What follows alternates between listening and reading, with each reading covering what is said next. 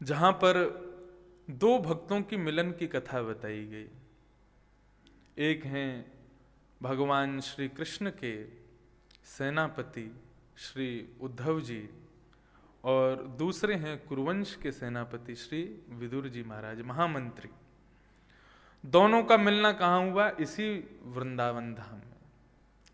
श्री विदुर जी महाराज ने उद्धव का दर्शन करते ही पूछा कि उद्धव, आप द्वारिका से पधारे हैं, द्वारिकाधीश कैसे हैं?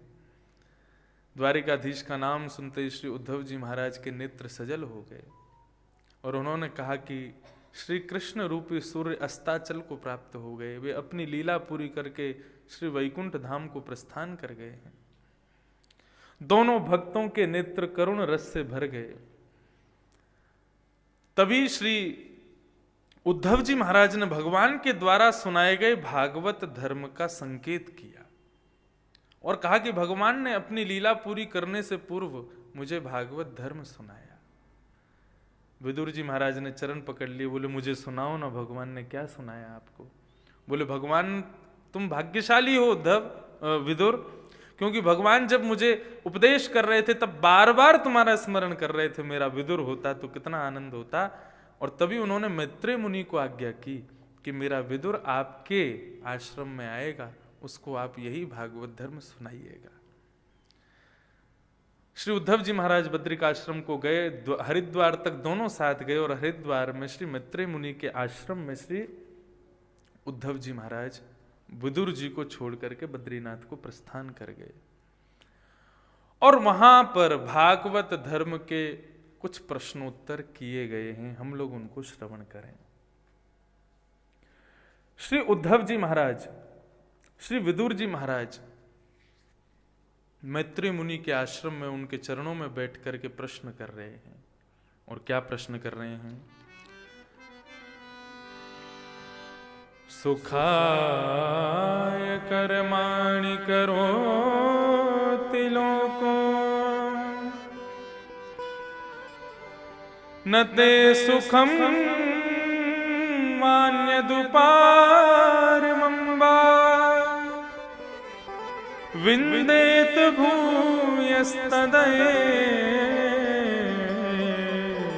दुःखम् यदत्र युक्तं भगवान् वदेन्नः। यथा संभव यदि हमारी भक्ति से प्रसन्न होकर के भगवान यदि हमें कभी मिल जाएंगे तो निश्चित ही मैं तो ये प्रश्न जरूर भगवान से करूंगा जो श्री विदुर जी महाराज कर रहे हैं। अद्भुत भाव। विदुर जी महाराज कह रहे हैं प्रभु, सुखाय कर्माणि करोति लोको नते सुखम मान्यदुपारमम्बा। मानव परिश्रम क्यों करता है? सुबह से शाम तक हम लोग इतनी भागदौड़ क्यों करते हैं? सुबह उठते ही आदमी अपनी गाड़ी पकड़ करके और महाराज भागता है दफ्तर, पूरे दिन काम करता है, रात्रि में थका आ रहा आता है, भोजन करके सो जाता है, फिर सुबह भागता है। जिसको देखो वही भाग रहा है, जिसको देखो वही चिंतित है। किसके लिए? प्रत्येक मानव किसकी प्राप्ति करना चाहता है? धन नहीं। अत्यंत धनवान व्यक्ति भी भागता ही रहता है। क्यों? श्री विदुर जी महाराज कह रहे हैं मानव कर्म करता है केवल और केवल सुख की प्राप्ति के लिए। उसको सुख चाहिए और उस सुख को प्राप्त करने के लिए यदि उसको लगता है कि चोरी डकैती करने से मुझे सुख मिलेगा तो वह भी कर लेता है। उसको लगता है कि इस कार्य को करने से मुझे सुख मिल जाएगा तो वो भी करता है। उसको लगता है व्यसन करने से थोड़ी शांति मिलेगी, सुख मिलेगा, तो वो भी करता है। प्रत्येक मानव सुख की प्राप्ति के लिए भग रहा है, लेकिन आश्चर्य की बात है नते सुखम मान्यदुपारमम्बा, फिर भी जीवन में सुख नहीं है। जिसको देखो उसका चेहरा ही मुरझाया हुआ है, जिसको देखो वही दुखी है। पार्क में बेचारा एक व्यक्ति अपने 3 बालकों के संग बैठा था, तो किसी ने आकर के कहा ये बच्चे कितने प्यारे हैं, तीनों तुम्हारे हैं। बोला 4 होते तो तू क्या कर लेता है। अरे भाई, इतना गुस्सा, इतना क्रोध, इतना रोष क्यों है हम लोगों के भीतर? क्यों इतने दुखी हैं? नते सुखम मान्य दुपार मम्बा, दीन कहे धनवान सुखी, धनवान कहे सुख राजा को भारी, राजा कहे महाराजा सुखी, महाराजा कहे सुख इंद्र को भारी, इंद्र कहे चतुरानन को सुख, और ब्रह्म कहे सुख विष्णु को भारी। पर तुलसीदास विचार कहे, हरि भजन बिना सब जीव दुखारी। सब दुखी।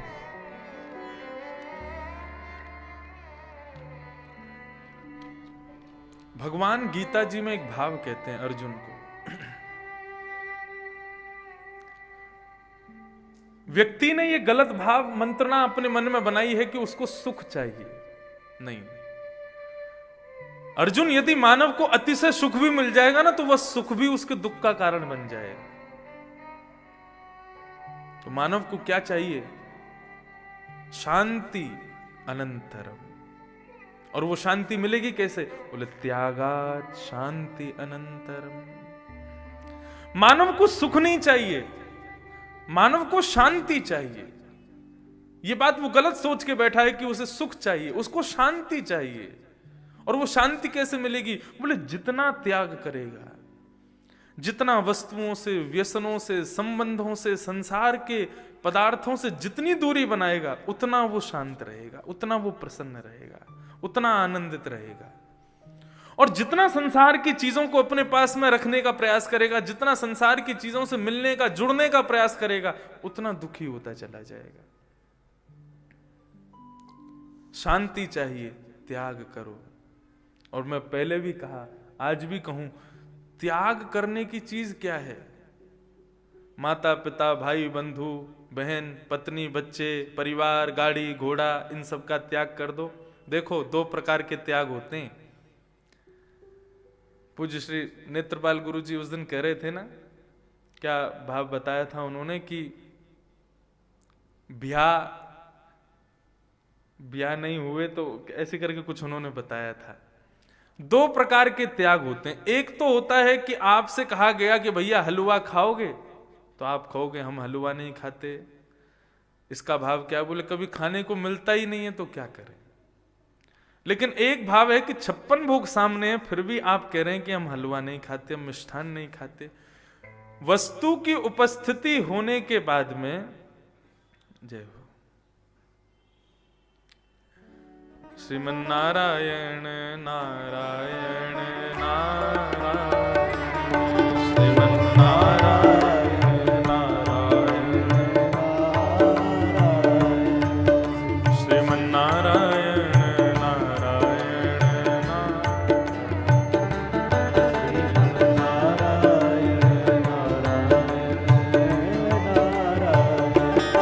श्रीमन्नारायण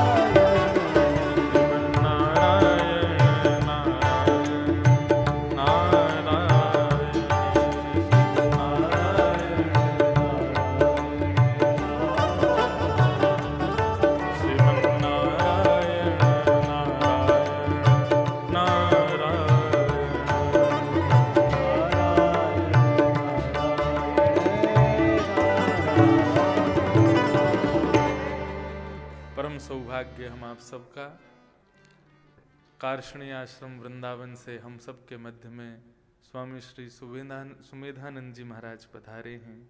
आप श्री के श्री चरणों में बारंबार प्रणाम। तो त्याग दो तरह का, वस्तु सन्मुख विराज रही है फिर भी उसके प्रति त्याग की भावना, ये श्रेष्ठ है, या वस्तु नहीं मिलती तो उसको त्याग देना श्रेष्ठ है। एक तो होता है कि आप असंख्य सुंदरी नारियों के मध्य रहकर के भी कहें कि हम ब्रह्मचारी हैं, और एक होता है कि आपके मुख को देख के किसी ने आपसे ब्याह ही नहीं किया तो ब्रह्मचारी बन गए। दोनों भाव हैं, श्रेष्ठ कौन सा है? वस्तु की उपस्थिति है लेकिन फिर भी उस वस्तु के प्रति आसक्ति ना होना, ये त्याग है। बहुव्यंजन सामने है लेकिन फिर भी बहुव्यंजनों को देखते हुए जिह्वा में रस की उत्पत्ति ना होना, वो त्याग है। वस्तु का परित्याग कर देना और फिर पुनः उस वस्तु की ओर देखना नहीं, क्यों कहीं उसके प्रति इच्छा ना प्रकट हो जाए, तो अभी त्याग में थोड़ी कमी है। त्यागात् शांति अनंतरम। और त्याग कौन सा श्रेष्ठ है? चाहे वस्तु का हो, चाहे संबंधों का हो, चाहे किसी भी वस्तु का क्यों ना हो, त्याग उसी वस्तु का करो। तजिए हरि विमुखन को संग। भगवत विमुख कराने वाली चाहे कोई वस्तु हो, चाहे वो कोई संबंध हो, उसका परित्याग कर दो। श्रीमद् भागवत में जब सती विवाह का भाव बताया गया, सती चरित्र थोड़ा बहुत सूक्ष्म रूप से कहा गया, तो वहां का एक सुंदर श्लोक बताया जाता है।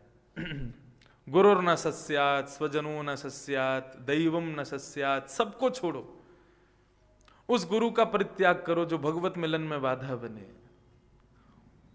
उस पिता का परित्याग जो भगवत मिलन में बाधा, उस पति का परित्याग जो भगवत मिलन में बाधा, उस देव का परित्याग जो भगवत मिलन में बाधा, सबका परित्याग का भाव वहां बताया गया।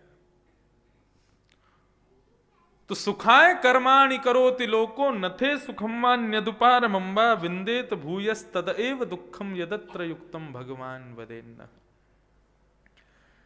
श्री विदुर जी महाराज यही भाव कह रहे हैं कि जब मानव सुख के लिए कर्म करता है तो फिर उसको सुख मिलता क्यों नहीं है? आप हमें ये बतलाओ।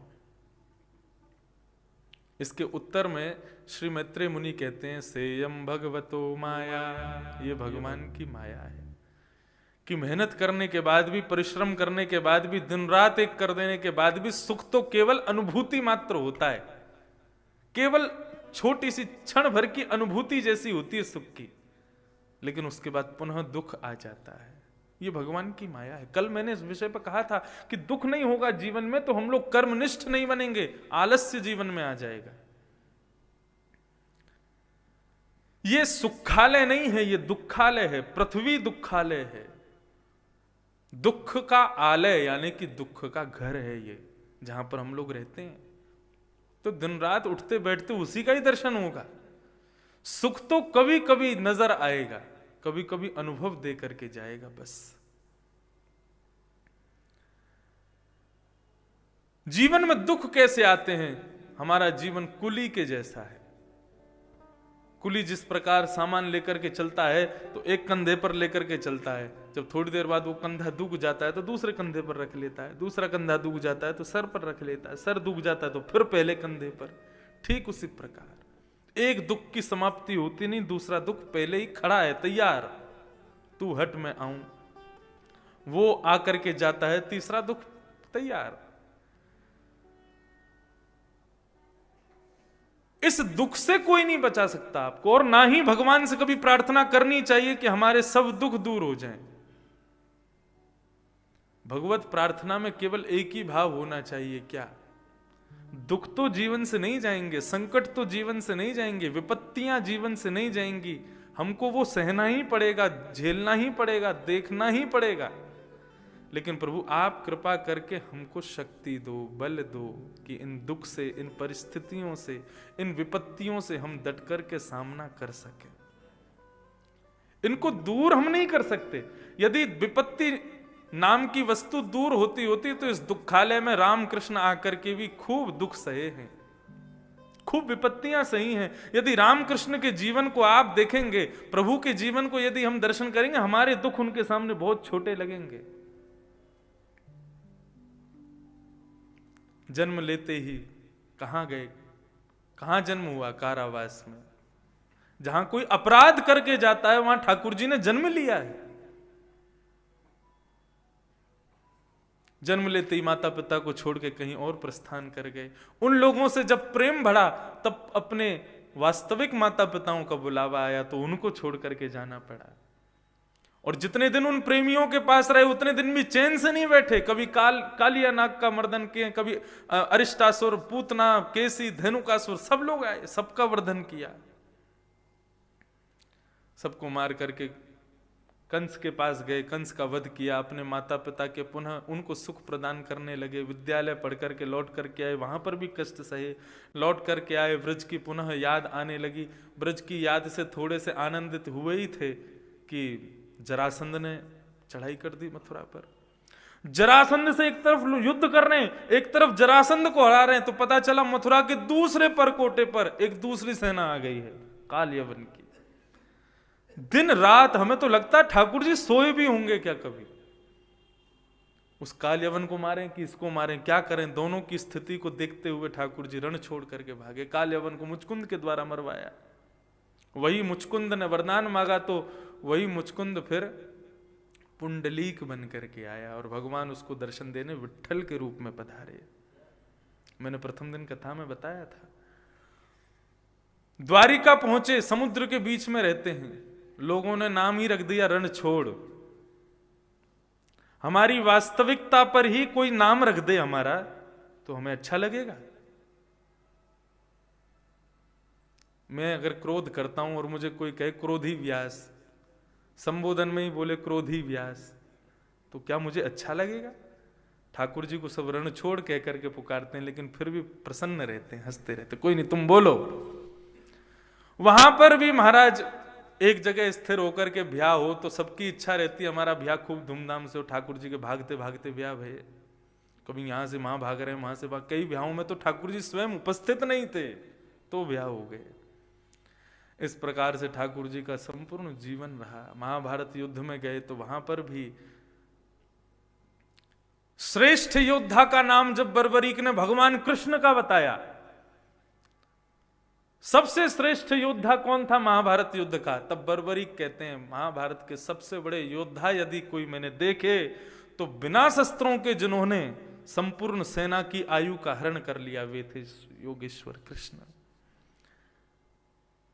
ठाकुर जी का नाम सुन के पांडवों के मन में भी संशय उत्पन्न हो गया, अच्छा तो मतलब हम तो कुछ है ही नहीं, ये इन्होंने सब काम किए।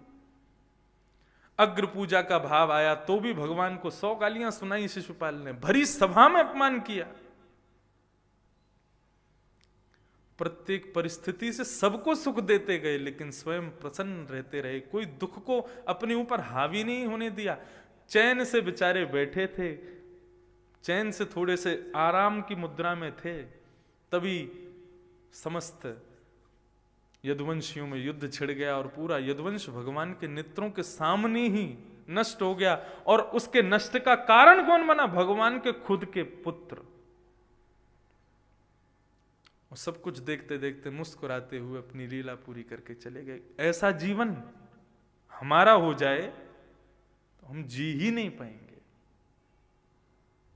प्रभु श्री राम के जीवन को देखें, प्रभु श्री कृष्ण के जीवन को देखें तो अपने दुख बहुत सूक्ष्म लगेंगे उनके आगे। वे ईश्वर होते हुए उसको सहन करके गए हैं। क्यों? ताकि हमको ये समझा सकें, हमको ये बता सकें कि इस दुखालय में यही संपत्ति है।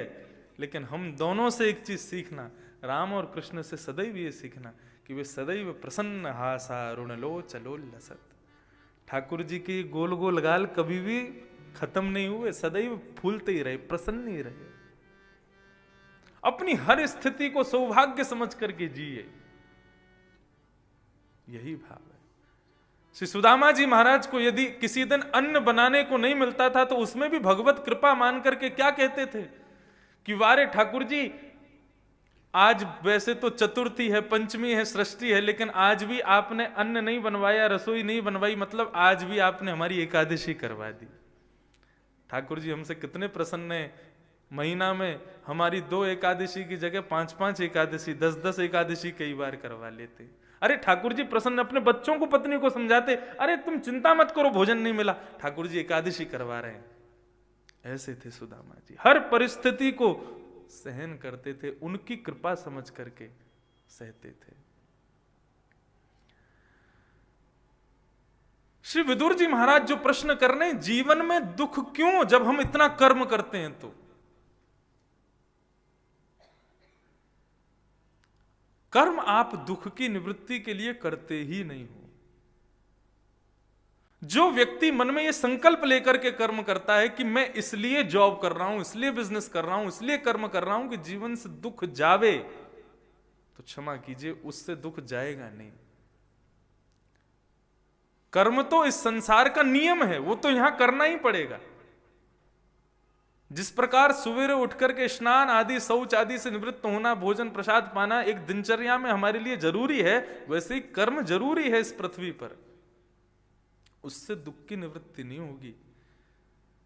दुख की निवृत्ति तो केवल और केवल भगवत भजन, भगवत कथा, भगवत दर्शन, भगवत स्मरण से ही हो सकती है, और निवृत्ति नहीं। हम लोग दुखी कब होते हैं? जब दुख सामने हो और उससे लड़ने की क्षमता हम में ना हो, तब दुखी होते हैं। लेकिन दुख सामने हो और उससे लड़ने की क्षमता पूरी हो, शक्ति पूरी हो, तो उस दुख से ज्यादा भय नहीं लगता हमको, और वो क्षमता, वो शक्ति प्रभु की कथा से ही प्राप्त होती है। संत महात्मा, कथा प्रवक्ता, समस्त विश्व विख्यात वक्ता, ये इनके जीवन में क्या दुख नहीं आते? खूब आते हैं, लेकिन फिर भी उनके चेहरे में, उनके शरीर में, उनके रूप में कोई अंतर आपको दिखाई नहीं देगा। क्यों? क्योंकि बल के रूप में सदैव ठाकुर जी की कथा उनके पास विद्यमान है, विराजमान है, जो सदैव एक परकोटा बना करके रखती है। दुख तो आएंगे, संकट तो आएंगे, लेकिन युद्ध करने की क्षमता मिले। विदुर जी महाराज ने दूसरा प्रश्न किया, भगवान ने पूरी सृष्टि बनाई, एक ही व्यक्ति के द्वारा बनाई गई? बोले हाँ। तो फिर सारी सृष्टि समान क्यों नहीं बनाई भगवान ने? सब ऊंची नीची क्यों बनाई? किसी को धन, किसी को ऊंचा, किसी को छोटा? ठाकुर जी ने पृथक सृष्टि क्यों बनाई? एक जैसी क्यों नहीं बनाई? इसका उत्तर भी यही दिया, सेयम भगवतो माया, ये भगवान की माया है। यही भगवान की माया है कि बिल्ली वाले भगवान चूहे वाले भगवान को खा जाते हैं।